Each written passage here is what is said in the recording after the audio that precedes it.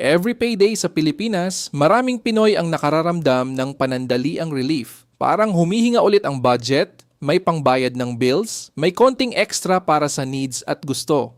Pero pagkatapos lang ng ilang araw, madalas bumabalik ang parehong realization. Parang mabilis na naman naubos ang sweldo, kahit pakiramdam mo ay wala ka namang malaking biniling luho. Kung susuriin ito ng mas maigi, hindi lang ito simpleng usapin ng magastos o walang kontrol sa pera. Mas malalim ang nangyayari sa mismong daloy ng pera sa loob ng isang buwan. Sa maraming Pinoy households, ang income ay pumapasok ng isang bagsakan. Pero ang expenses ay nakaset up na parang sabay-sabay din ang bigat.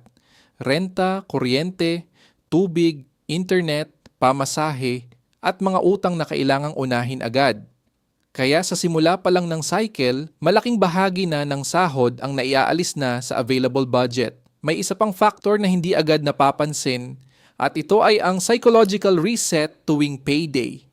Pagkatapos ng ilang linggong paghihigpit, natural sa utak ang maghanap ng release o reward. Kaya kahit maliliit na gastos tulad ng food delivery, konting shopping o gala, nagiging sunod-sunod ito sa unang mga araw ng sahod. Hindi siya mukhang malaki individually, pero kapag pinagsama-sama, mabilis nitong kinakain ang buffer ng budget. Kung gagamitin natin ang simpleng pag-compute, halimbawa ang isang worker na may 20,000 pisong monthly income, kapag hinati sa buong buwan, lumalabas na nasa humigit kumulang 600 at 66 na piso per day ang overall spending capacity. Pero sa totoong buhay, hindi pantay ang gastos. May mga araw na sabay-sabay ang bayarin, kaya maaaring sa loob pa lang ng unang linggo, kalahati na agad ng sahod ang nagagamit para sa fixed obligations. Idagdag pa rito ang economic environment sa Pilipinas kung saan patuloy ang pagtaas ng presyo ng bilihin, habang ang sahod ay hindi ganun kabilis sumabay. Dahil dito, ang dating sapat na kita ay nagiging sakto na lang at kadalasan nauuwi sa tight budget hanggang sa susunod na sweldo.